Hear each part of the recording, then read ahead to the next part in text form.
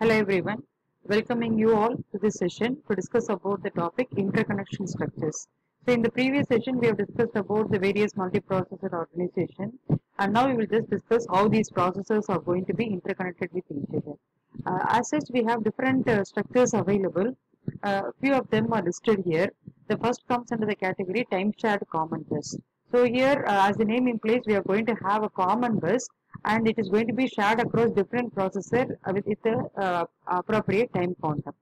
The second one is referred as multi-port memory. We have multiple connections, and through these ports we will be connecting the memory with the respective processors. And then we have crossbar switch, then the multi-stage switch network, and then the hypercube system. So in this session we will discuss all these interconnection structures one by one.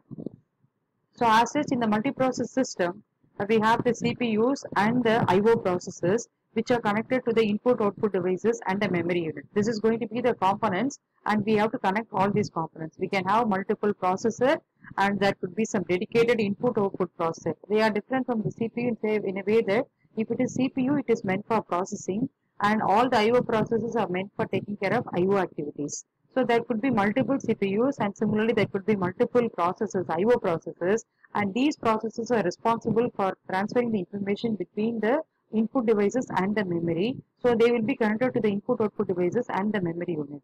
So the interconnection structure will differ from each other based on the number of transfer paths that are available, and also the configuration which we are going to make use of. So we will have the connections between the processor and the memory, and all these processors can share the memory, so it can come under the category shared memory system, which is also referred as tightly coupled system. And if you take connections across the processing elements alone, so these processors can have some local memory attached to it, and such type of processing elements can be connected with each other in a loosely coupled form, meaning that there is no concept of sharing the memory. Instead, everyone will be having some dedicated memory. So if it is going to have a dedicated memory, then how they are going to communicate with each other? Each processing element will be communicating with another processing element by means of passing some messages. So we have some message passing mechanisms that will take care of communicating the one processor with another processor. So the different forms of networks, as I listed in the previous slide, the same thing is listed here. So we will just see one by one. So to start with, we have the time shared bus. I think this can be clearly explained from this diagram here. Maybe the time shared common bus is shown here. So we have the bus here, which is going to connect the memory unit, the CPUs and the IOPs. If it is going to be a common bus, this common bus is going to be shared by all these processors to communicate with the memory. So at what time and how long a processor can make use of it, that is going to be decided by the time sharing. So it is called as time shared. So the total time it is going to be shared across the different processes. And since we have the sharing of memory, so this will come under the category of tightly coupled system. And if you just observe this diagram, see here we have a common system bus, and this is a common shared memory. So this shared memory is going to be communicating with the CPU here, IOP. Here also we have CPU, IOP, CPU. So all these processors and IO processors all will have a common shared memory. Apart from this common shared memory, if we just observe separate clusters, here we have the CPU and IOP, and these processors can have their own local memory. And if at all the CPU wants to share with a common memory, they can establish the communication by means of a system bus controller. So the purpose of the system bus controller is to provide connection between the common shared memory connected to the system bus to the local bus. So we will have separate bus structure to provide communication between the CPUs and the local memory. And if at all a processor wants to share some item with the common memory, they have to interact with the system bus. So these processors can interact with the system bus with the help of the system bus controller. So we have this arrangement like this. Every CPU and IOP will have their own local memory connected by the local bus, and if they need to get connected with the common shared memory, they have to do it with only the system bus controller. So like this we can have different set of arrangements, and all these local buses will be connected to the system bus. So that's what we mean by dual common bus system. Here what we mean by dual common bus, we have a system bus that is also common to all, and we have the local bus that is also common. So it is at the innermost level and it is at the higher level. So we have different levels in which the processors are going to share the memory at the local way or at the global way. And the link to each local bus to the common system bus is always controlled by the system controller. And why we call it a tightly coupled system? If they are going to have a common memory, it is going to be shared and it is going to be called a tightly coupled system. If they have their own local memory and if this local memory is not going to be shared across the other processors, then it is going to be classified as loosely coupled systems. Okay, so the first connection time shared bus we have just discussed now, where we have local bus and common bus, system bus, and sometimes if it is going to be limited in number of processors, they will have only one global connection.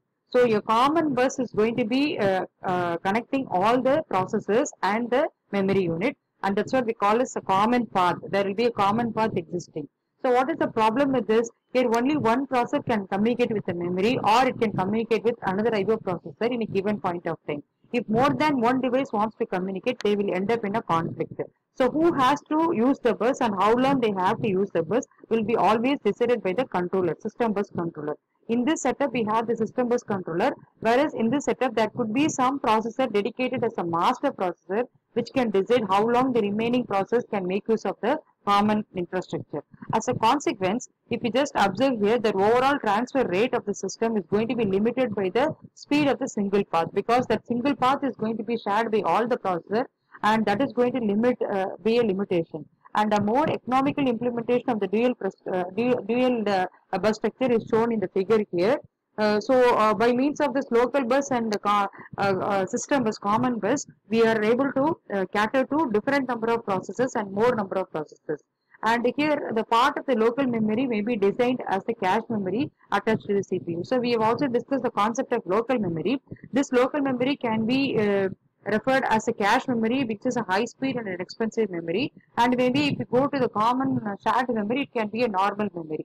So I think this completes the discussion of this common bus structure, which is time shared bus. And if you just observe this diagram, the same thing whatever we have discussed so far, it is given in this form, where we have the local bus connecting the local devices with a local memory, and we have the system bus that connects to all the processors and all the components, which is going to be connected to the common shared memory. Then the concept of, then we will discuss about multi-port memory. So the first category, time shared bus, is over. The next concept of discussion is multi-port memory. So what actually we mean by multi-port memory? Here we have multiple port structure. So the first diagram, figure 13.3, this is going to refer to the multi-port. So we have the CPUs arranged in one column and all the memory units arranged in different columns. Each CPU will be connected with all the memory modules, and similarly, these memory modules also will have one-to-one connection with all the processors. So this connection is going to be established by means of multiple ports, and at any point of time, any processor can interact with any of these memory modules. So the advantage of this type of structure is high transfer rate, because they are going to operate independently and they are not going to share the bus. The efficiency or the speed of transfer is going to be very high. But the drawback is it is an expensive memory, a control logic, and large number of cables and connectors. So as we have seen the diagram, we have to provide separate connection between the CPU and the memory as a one-to-one connection, and it may demand some extra complicated hardware, and that can also end up in an expensive, costlier option. And also we have to have a control logic which will decide that who has to be connected to which module. Suppose if the processor wants to participate, to connect, or wants to communicate with the memory 1 and memory 2, then the control logic only will open this connection and they will be able to communicate with each other. So the main advantage is the transfer can happen in parallel, and the problem is the logic. The control logic is going to be complicated. And the other type of multi-port memory, which can be referred in this figure 13.4, it is called as a crossbar switch. So as the name implies, we have kind of a switch-like arrangements where we arrange all the CPUs in one column and all the memories in one row, and there will be interconnection structure, and this structure is going to be acting like a switch, and whichever switch is kept open or closed, accordingly we will be establishing the connection between that particular CPU and that memory. So the memory module and the CPU or the IO devices, they are connected with each other by means of a crossbar switch, and that's a diagram we have given here. And this is going to be the explanation for how actually this connection is going to be worked out. So if you just observe here, we have the concept of multiplexer. So what we mean by multiplexer, it is an electronic circuit which is available for us to select multiple inputs as one input. Okay. Suppose for example, if you just observe here, we have multiple CPUs. Okay, CPU1, CPU2, CPU3 and CPU4, and if all these CPUs are going to be connected to the common memory, among this many, which one has to be connected with the memory? So from many to one, I have to convert. So for that purpose, I will be making use of the multiplexer. So multiplexer is a special electronic circuit which will receive multiple inputs and select only one input and then gets connected to the output. And if you take any memory module, it is supposed to have three important bus structures. One is a data bus, then the address bus, and then the control bus. So the control bus is responsible for carrying the control signal. So with respect to memory, the control signal could be a read operation or a write operation. And of course, memory enabled should be there. Only then that particular module will be enabled. So if I want to connect any particular processor to this memory module, they will be connected by means of this multiplexer setup, and this multiplexer is responsible for providing this arbitration logic which arbitrates across these many processors and select only one at a time and then gets connected to the memory module. So each processor will have their own data bus, address bus and control bus. So among these buses, which bus of the buses of which processor is going to be connected to this memory module is going to be decided by the multiplexer logic. So this is going to complete the discussion of the multi-port interconnection, and this is responsible for multi-switch or crossbar switch. And to do all these things, whenever we have multiple devices to be connected to one device, which to be selected has to be done by a special electronic circuit which is called as a multiplexer, and that is responsible for solving this arbitration problem. So the bus arbitration problem is going to be solved by this, and the same explanation is given here. So the multi-port memory system employs separate buses, okay, and then the module must have some control logic to determine which port should be connected to which memory module and for how long it should be connected. And if there is any memory access conflicts are to be there, then they have to be resolved by assigning fixed priorities to each memory port. So based on the priority, the connection will be established. And of course, the advantages is it is able to transfer data at a higher rate as it is going to follow multiple paths simultaneously. But it is having its own drawback. The drawback is the expensive memory. So the control logic, the large number of cables and connections is always required, and that may lead to an expensive memory. So the detailed diagram is shown here. So we have separate connections between the processor and the memory modules, and with the help of the separate connection, the cost is going to increase, but at the same time, it is possible for us to do multiple transactions at the same time.